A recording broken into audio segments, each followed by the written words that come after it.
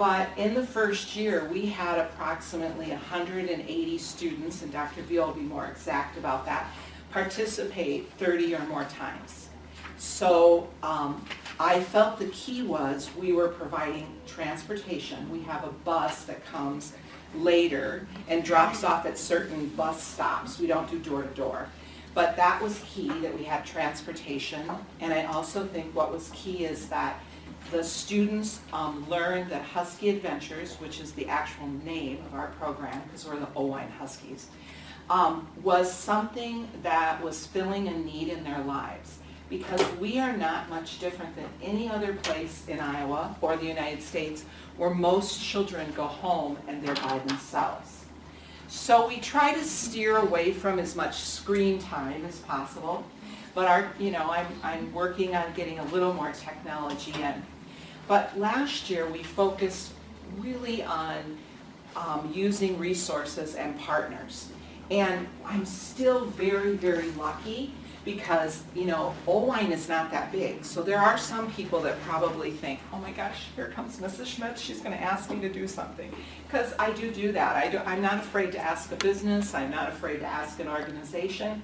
But we have an excellent partnership with our library, our United Way, our Fayette County Extension Office, with Upper Iowa University, our hospital. So we just keep making connections and bringing people in to stuff around so you can write names down. The other thing is we focus a lot on social skills, but we make that really fun. We took this book, Bully, and we had people teachers took this book on, and they did activities that centered around this book for 3 to 4 weeks. That's the other thing I feel very strongly about, is that the camps can't be too long because that just gets boring. So if you're going to start up a program, I would think that way. I would say, I'm working primarily with K-8, and they don't last too long in any one thing, and that's okay. So you switch it up a lot. This is a pre-engineering program for females, and we are going to offer it to the boys because they're all starting to get kind of bugged about that, so we're letting go of that whole girl thing.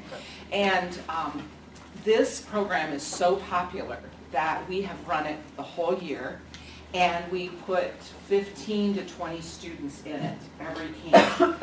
But this is just been this wonderful experience, and I'll show these to you.